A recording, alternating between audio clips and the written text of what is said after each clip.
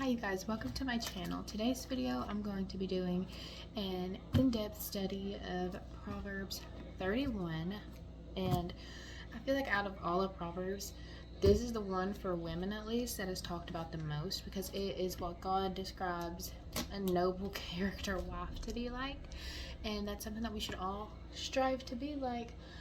So today I'm going to do a study of this and read all of these characteristics and hopefully inspire you guys and inspire myself, because why I'm reading this is I'm actually trying to prepare to become a wife soon. I am going to be getting married next year, and it is important for me to be the best wife that I can be, and I know that the best anything that you can be is living biblically, and so this is why this is such a big deal for me. And I think for me, I will probably stay more consistent with this if I actually have like a video file where I keep up with it, like, and I can see it, if that makes sense, because oh my gosh, I'm terrible at describing stuff sometimes. But yeah, let's get started. So Proverbs 31, this is verse 10, and sorry, my hair keeps getting caught in this, but it starts with verse 10, that big ol' section that everyone is always talking about all the time. So Proverbs 31 verse 10 to verse 31, and the little heading on my Bible says, "In praise of a wife of noble character." Proverbs 31 verse 10. Who can find a wife of noble character? She is far more precious than jewels. The heart of her husband trusts in her, and he will not lack anything good. She rewards him with good, not evil, all the days of her life. She selects wool and flax and works with willing hands. She is like the merchant ships, bringing her food from far away. She rises when it is still night and provides food for her household and portions for her female servants. She evaluates a field and buys it. She plants a vineyard with her earnings. She draws on her strength. Sorry, I had to cough. But it says she draws on her strength and reveals that her arms are strong. She sees that her profits are good and her lamp never goes out at night. She extends her hands to the spinning staff, and her hands hold the spindle. Her hands reach out to the poor, and she extends her hands to the needy. She is not afraid for her household when it snows, for all in her household are doubly clothed. She makes her own bed coverings. Her clothing is fine linen and purple. Her husband is known at the city gates, where he sits among the elders of the land. She sells and makes linen garments. She delivers belts to the merchants. Strength and honor are her clothing, and she can laugh at the time to come. Her mouth speaks wisdom, and loving instruction is on her tongue. She watches over the activities of her household, and is never idle. Her children rise up and call her blessed. Her husband also praises her. Many women have done noble deeds, but you surpass them all. Charm is deceptive, and beauty is fleeting, but a woman who fears the Lord will be praised. Give her the reward of her labor, and let her works praise her at the city gates.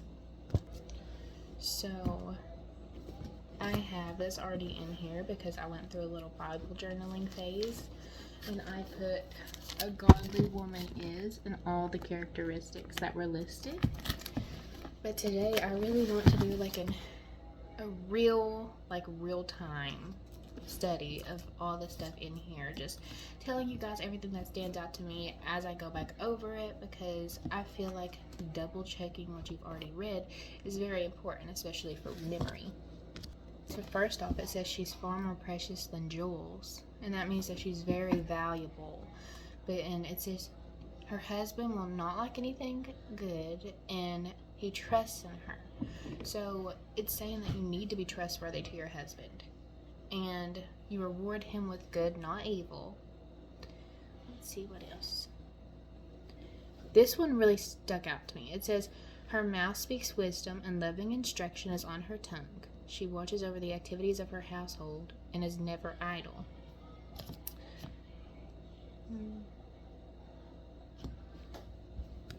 I feel like, especially nowadays, verse 26 is really important to remember. Her mouth speaks wisdom, and loving instruction is on her tongue. Because I feel like, for me, sometimes if I've had a bad day, it is so easy for me to get bitter and to be in a bad mood by the time my fiance comes home. And I don't want to be like that. I'm really trying to be a more godly woman, and I feel like that is such an important thing to remember. And I know there are other Bible verses that will tell you to like be slow to anger, and like it says, just watch your tongue, like watch your mouth, don't say something hurtful. So what I've been really trying to do in situations in my life, if I know that I don't have the willpower to sit and to be, I don't know, if someone's rude to me, and normally I feel like as a human you have that natural human instinct to kind of pop an attitude back, but that's not what we're supposed to do. So what I've been trying to do recently is I have been trying to really just leave the situation. If I know that I genuinely cannot not say any, or cannot not say anything rude to somebody, I will leave, and then I will come back later when my mind is refreshed and I don't have to say anything rude to them, because that's not what a godly woman is. I know drama is such a big thing nowadays, especially for little school-age children, and I had a lot of drama growing up. And now I feel like at the ripe age of 20, I'm really in a phase of my life right now where I'm not wanting to be in drama. I hate saying it, but there was a phase in my life where I kind of thrived on the drama, and that's really what sin is. You have a good time doing stuff that you're not supposed to be doing, but then at the end of the day, it's going to hurt you more than it's going to benefit you, because it's not what you're supposed to be doing. And I feel like that's how it is with all sin. It's like, you may think that this high is going to last forever, like everything seems to be going good, you're not really doing what you're supposed to be doing, but nothing's really happening. But it's, in the end, it really is going to cause a lot of hurt and like issues for you, because that's not what God intended for us. He intended for us to have a happy life, and he intended for us to live the way he wanted us to live, and that is all in the Bible. And it is so important for us to do that and to really obey his instructions, because he gave us a literal handbook, a handbook to know how to live. So why are we not following this? I really don't understand it. I know it's hard, and I feel like this generation, I feel like we have it the hardest, and I'm sorry if you don't agree with that, but really social media is a big one. Social media has become an addiction for so many people. They are starting to see early signs of dementia in 20-year-olds just from being on the screen all the time. And I feel like I have like a social media addiction, and I do these things where I do these little social media fasts and delete all the apps off my phone, and it's really hard for me. So I'm going to create what they call a dopamine menu, where I can get off of the phone and get in real life and do stuff, because that is so important. You don't want to always have like your phone in your hand, because that's not really a real activity. I heard someone, I'm not sure the name, it was another homemaker's YouTube channel, but she was talking about how if you have your phone in your hand when you're resting, then you're not really resting. So some things I've been doing recently to get off my phone is I've been doing word searches and doing little Bible studies in these little devotionals. This is A Beautiful Year in the Bible. The other one I showed you was Risen Motherhood, and I would like to also talk about those at some point.